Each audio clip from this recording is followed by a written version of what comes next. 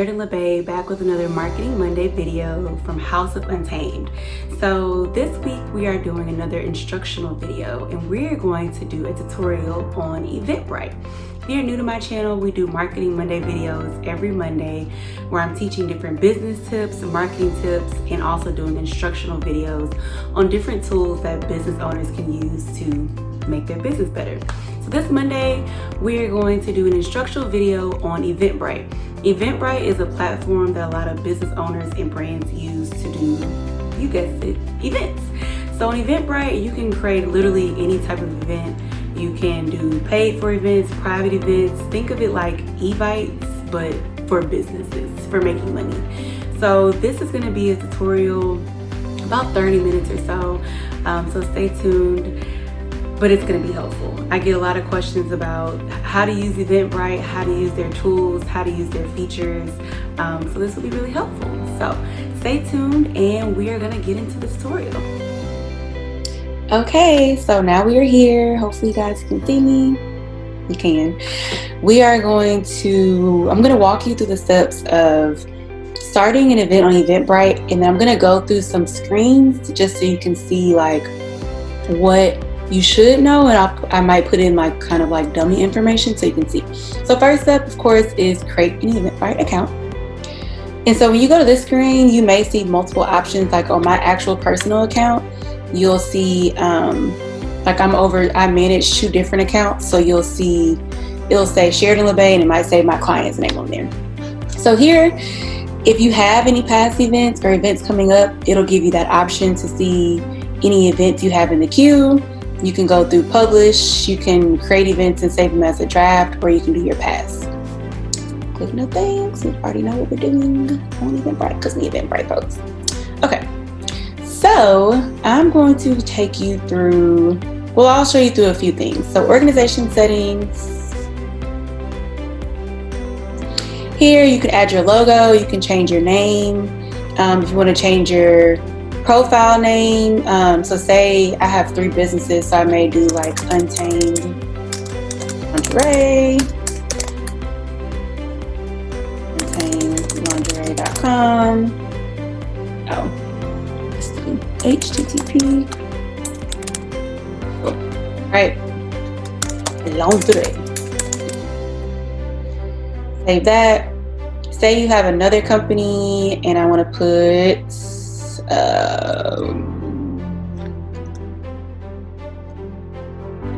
I lost my train of thought. Untamed Nights. And then I'll do HTTP. Y'all. House of Untamed. I cannot type today. Untamed.co. And save. It's saying that HTTP. Oh, I just did that all types of messed up. Okay. Save it. Team management.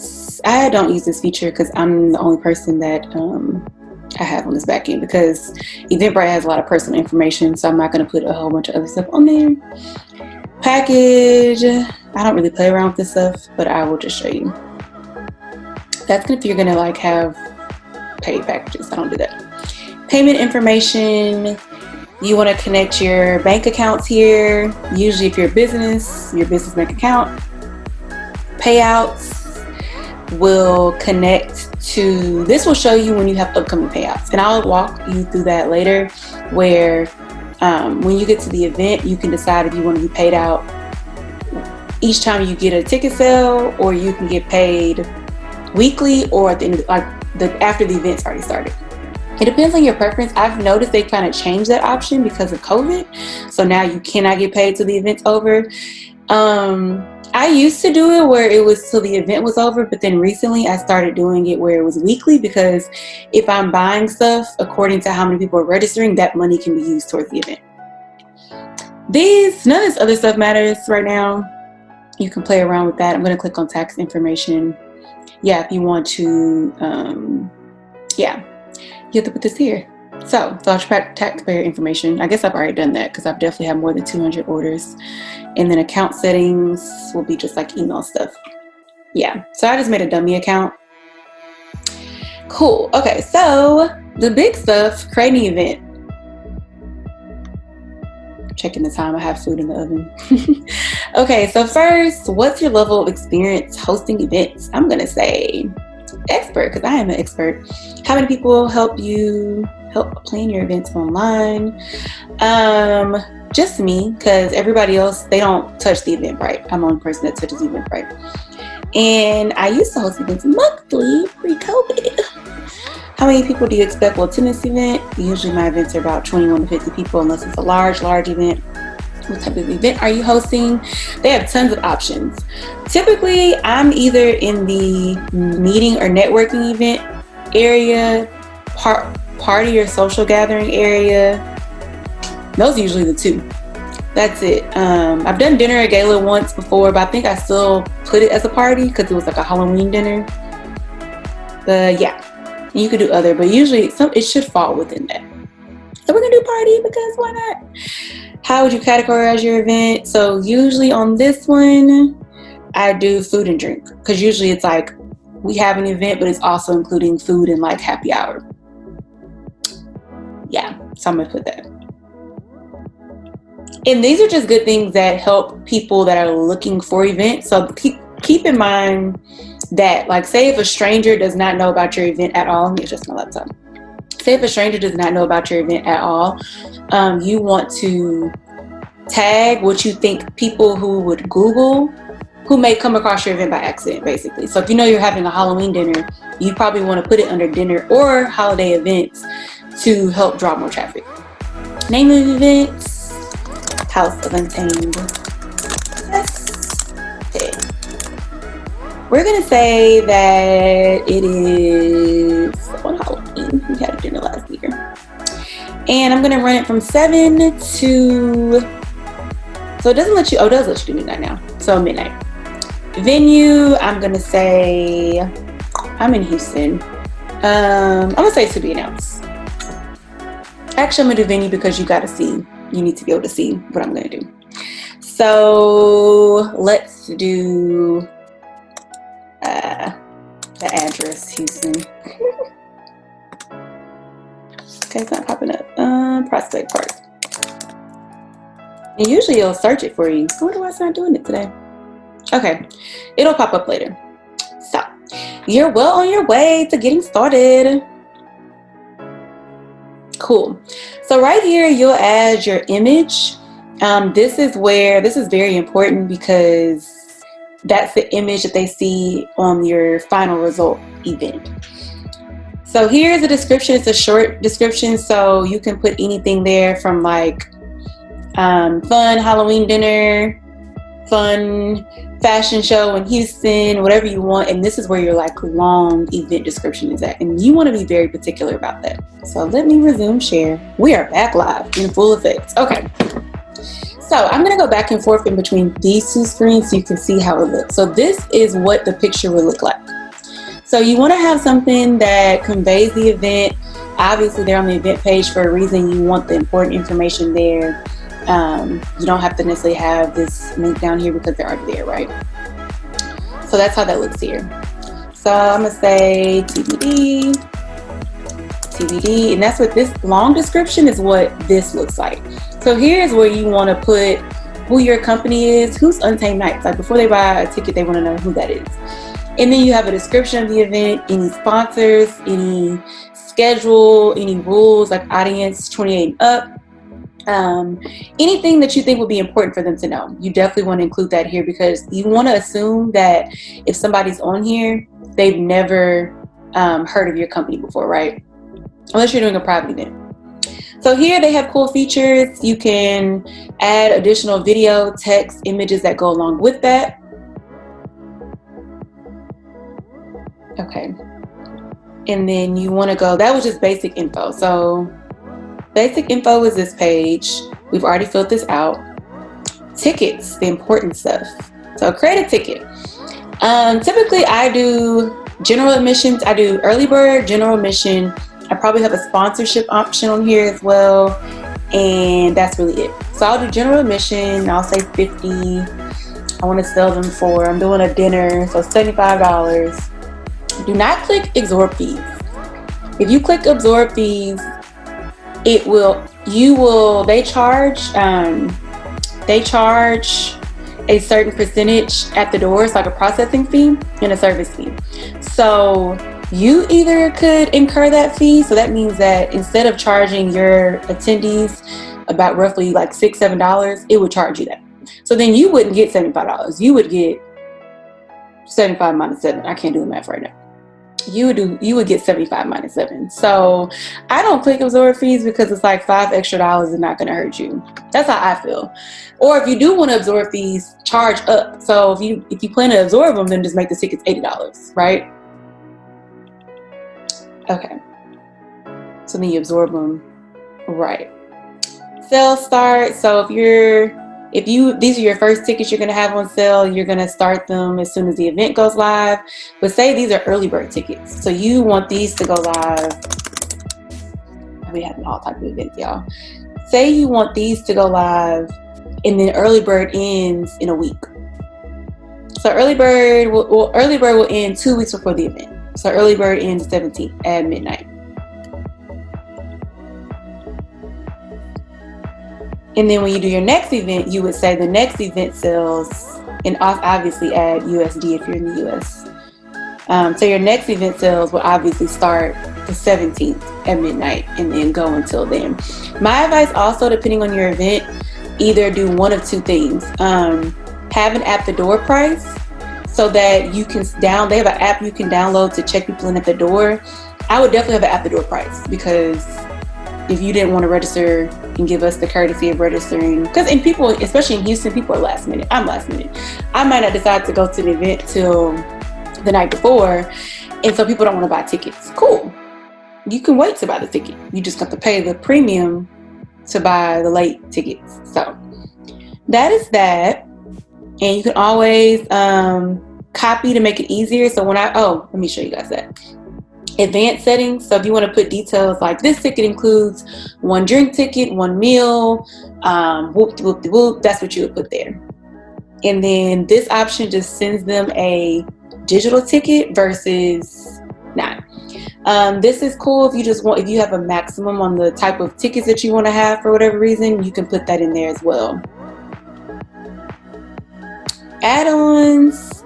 I don't really use that, but if you have if you want them to be able to add on parking, or if you have say you don't include the drink tickets in that price, but then you want to add on a drink ticket here, you can do that here as well.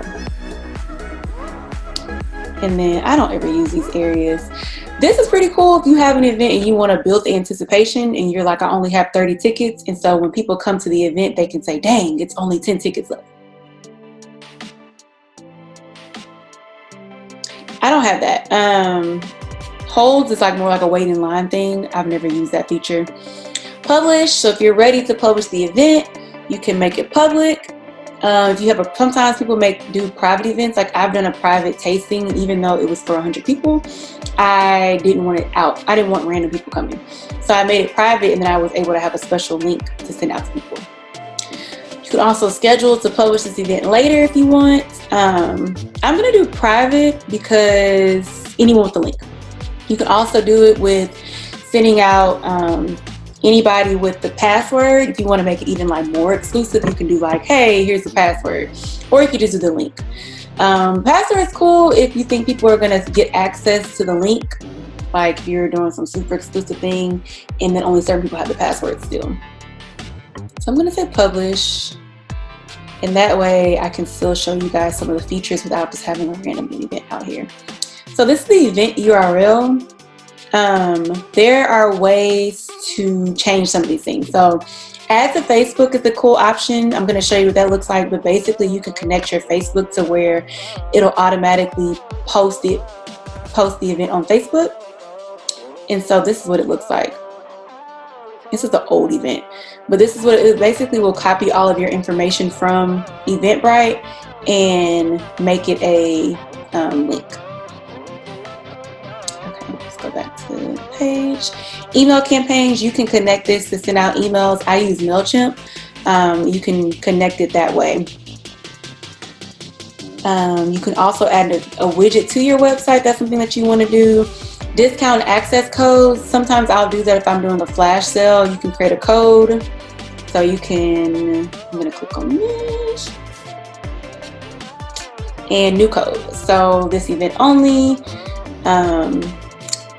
promo code, all tickets, I'll say flash 20% off. Usually I do like $1 off, like not literally $1, but it's easier for something that's this, I don't know, I feel like it makes more sense to, hey, it's $5 off versus 20% off your ticket, because it's a ticket versus clothing. So we'll say flash 20, which means $5 off. And then say it's the first 20 people, right? Or you can do it for everybody. And then you can say starts now, and then ends on a specific date. Hey, first 20 people who purchased by October 10th at midnight. Well, this one, it won't let you do midnight. Well, you can actually, I lied. And do continue, save and finish. And then I am going to take a brief intermission.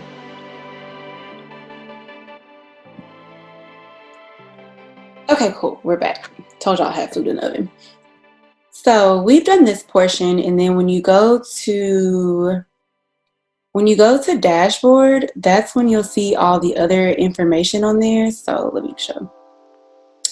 On dashboard, this is where like you'll see where all the ticket sales are. So if you have anything that's been paid out, it'll tell you, hey, you're gonna get $160 by your next payout, right? And then this will show you how many tickets that you sold of each option, like each ticket option. It'll show you those options on there as well.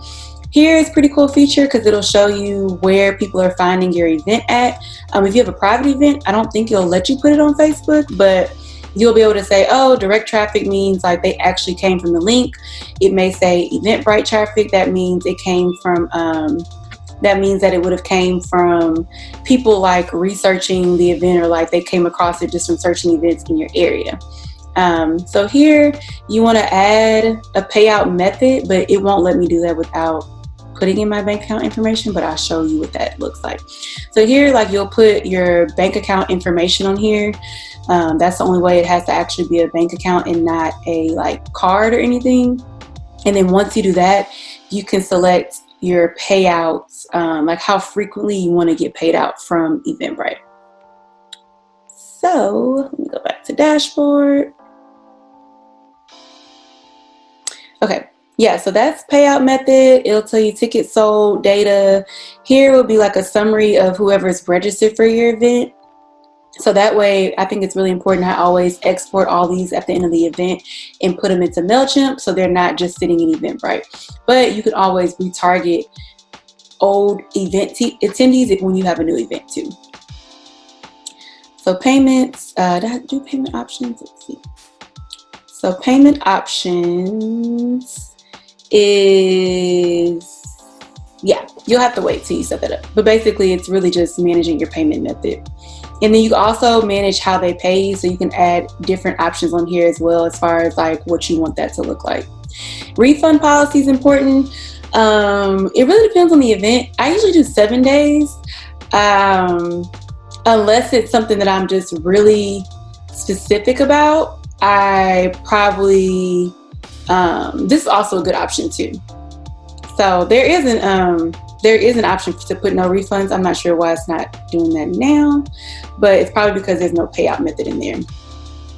So that's just me. I think I do usually 7 days just because it is important for me to know how many people we have coming, because usually I have food and ticket sales and things like that. Not ticket sales, drink tickets. And then here's an option too I've never used before because I've never had to do refunds, but crediting it to a future event would be a better option than like nothing at all. I would never do automatic refunds. That just doesn't make sense. And then, yeah, if you just want to add these options here, you can. I don't see why you would unless you're having an event and you personally know these people. And if you need to charge tax, check with your accountant or bookkeeper. That would be important information to know in that area. Order options is important. You can change what you would want on your order form. Like say if you have an event, you're having a dinner, I put options in there for them to choose what dinner they're having, or if you want them to put in if they have any like if they have any allergies, not allergic, allergies, or if you're selling shirts or if attendees are getting shirts for something, you can add things of that nature. So you can do that here. We can customize checkout questions. It has all type of things, but you can add an additional question here if you need to. And you can always add things like I've done a dinner option. What do you want to eat? And then these are the 3 options for that. So it's like, which dinner option?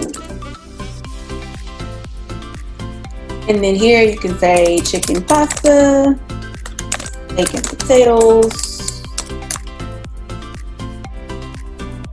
and salmon. Because of course everybody loves salmon now. And then limit quantity for each choice. Like if you know you're only gonna have 30 chicken and you're gonna have 20 steak and 10 or 20 salmon, that way it's like once those options are out, they're out. So say that. And you're almost pretty much done. You're really done now. These are just some things that the more particular you are, you might need to know these features are available. Here, that's already self-explanatory. Waitlist is something cool. I had to do that on the tasting event that we did earlier this year, or last year. That was last year. Jeez, the year. It's 2020. It's crazy. Enable waitlists. So when total capacity has reached and it still takes their information, which would be great because in the event that you do have, you know, it just creates another hype around your event. You're like, oh my God, there's a wait list for the event. I think I'm all about marketing and creating the hype. So order confirmation is good too to kind of dabble in. Depending on the type of event, you may want them to, hey, make sure you know where to park. Hey, be sure this and this. This is also good to have, you know, if you want to just further follow up. And then it also will send them a version of their ticket just to have, usually people will come to events and I have the Eventbrite Organizer app downloaded, but sometimes people just show you their phone or they'll print the tickets out. So that's just letting you know that option. Invite and promote is really good. Marketing overview. Really use this option, but this is just basically I gotta do this option, but this is like you can share on different platforms. I always do add to Facebook unless it's a private event. I showed you guys that earlier, where this is basically how it looks when it adds. And we have way more people than this, so don't listen to Facebook lying. But it's cool because it just adds more. It's free marketing because you're adding it to Facebook. Paid social ads, I've never used this feature, but you can do paid social ads through Eventbrite. Website integrations, I definitely encourage you just kind of play around with these. If you want to add this to your own website, you can do that as well. So these are just ways to just add more things. Discount and access codes are important. We went through that as well. And this is cool too if you want to, I'll show you affiliate program, that's something different. Tracking links. If you have affiliates and you want to create tracking links, you can see how many people are actually signing up through each individual person. Or say you're partnering with the local YMCA and you want to give them a link to see how many people actually came through them. Affiliate programs is cool. I did an affiliate program when I had a fashion show, and so I offered the model as a percentage of ticket sales. So each of them had their own code that they can use or link. Well, each of them had their own code. So basically, I can say Untamed fashion show. I think we did a percentage. I'll say 20% and then save. And then what that does is, my screen loads. Quick actions would be invite affiliates.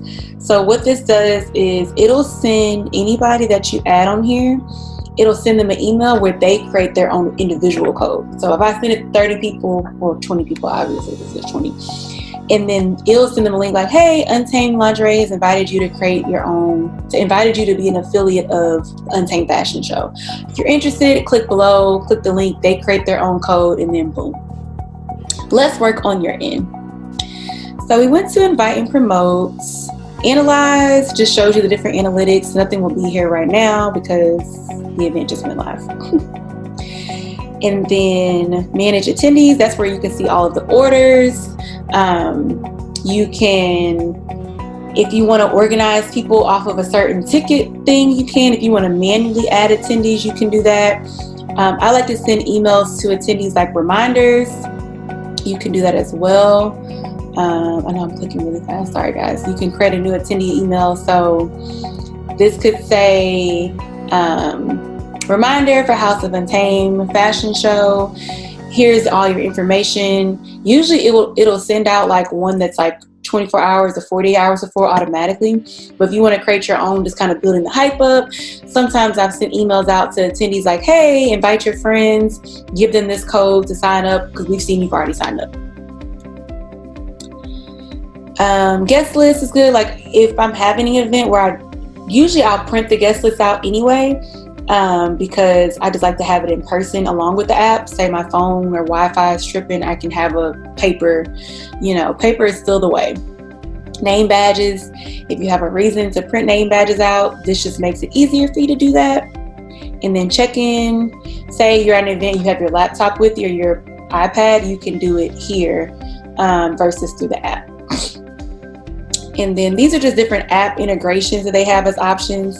Something else I wanted to show, and I think it's not showing because the event is private, but there usually is a way to make your own link. So usually down here, there'll be, I just missed it. So down here, you can change this. So if I want this to be a little more particular, I can say untamedfashionshow.eventbrite.com. So that is something that we did as well. So again, I'll go back and show you guys what the final product looks like. This is a past event we did. So of course, date and time shows here. It'll show whatever the price range from the smallest to highest level. This is where the organizer name is. That's what we were talking about earlier. Location, usually it'll have the map there, no refunds because we're doing a lot. And then you can add tags as well. And then it shows you the map. And then shows you the profile, so they can go here and see any event that I've done. Hopefully it looks good. Okay, yeah, past 20 events. I've done a lot of events, guys. Oh, I didn't even know our Facebook was connected like this. This is so cute. I had no idea. Cool, that is so cute. So yeah, this is every event I've had since 2016. Let's take a moment. I've done a lot of events. Even things like I've done the casting calls for model shows here just because it's easier to keep track of everybody. But yeah, every event that I've done is on here. So exciting. So exciting. Yeah, so all 20 of my events. I've done 20. I've done more than that, I feel like. But maybe not. It feels like I've done more than 20 events. But that is the final product. So if you have any questions, feel free to email me or drop a comment below. We'll be doing some other tutorials in the future, but this is definitely just a quick start, refresher to get you started and make sure that you are doing everything you're supposed to be doing. So until next time, super excited for you to join. As I said, if you have any comments, questions, concerns, feel free to email me or feel free to drop a comment below. So until next time, this is Sheridan with House of Untamed.